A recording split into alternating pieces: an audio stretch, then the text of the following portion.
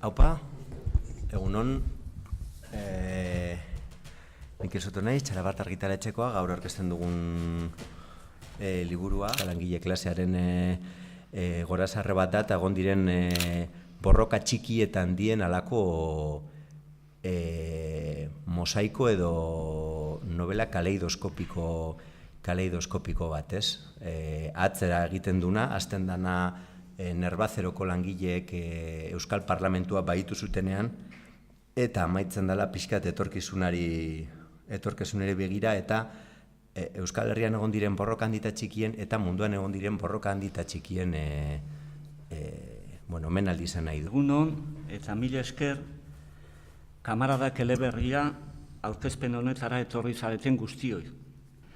Klase borrokan, oinarrituriko ezkerreko militantzia mundu oso aberatsa eta oparoa da, kontraesanez betea, oso gutxi ezagutzen dena, askotan isekatua eta literaturgintzarako asko eman dezakena. Une batez, iruditu zitzaidan, geurean, Euskal Herrian, neuk ez bani honekiten lan horri beste inor edo inor gutxik ez ziola egingo, eta zoritxarrez hala izan da. Nahiko nuke nik baino talentu handiago edo gehiago duen beste batek segida hartuko balio eta gatazkaren inguruan gertatu den bezala langile mugimenduan oinarrituriko obra bikain bat burutuko balu.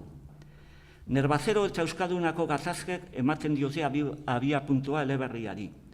Gatazka mitikoa dira, ikonoak azken hamarketadako gure langile mugimenduan. Batak Euskal Parlamentua baitu edo erreten dituzuelako, eta besteak erabili zituen borroka moldetatik eta Bizkaia osoa izan zuen eraginagatik. Liburua omenalde xume bat da tirago matzalei eta Euskaldunako emakumei. Fiziozko novela izanik, neuk bizi izan dako egoera moldatu eta txertatu ditut historio moduan. Hala nola, automobilian jaiotako aurrarenak, mutilko pistaren lapurreta, guk espropiazioa deitzen geniona, soldaduzka madarikatuko pasadizuak, espetxean idatzitako poemak, apaizen sermoian, gutxi batzutan aurrerakoiak, gehienetan oso atzerakoiak, edo zamendi eta basotako pasarteak, gehienetan fizioak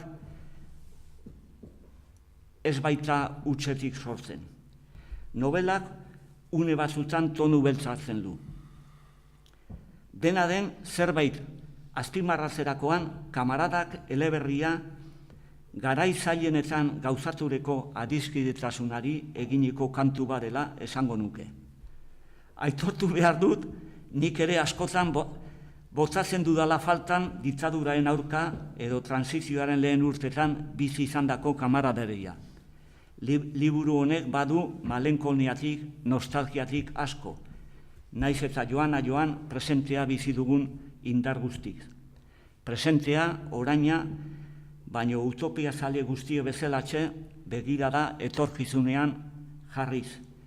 Geroa ziurtezina da, etorkizuna gal edo irabaz dezakegu, erronka horrek gatza eta piperra ematen dio gure bizitzari. Utopia lo dago, baino ez hilda.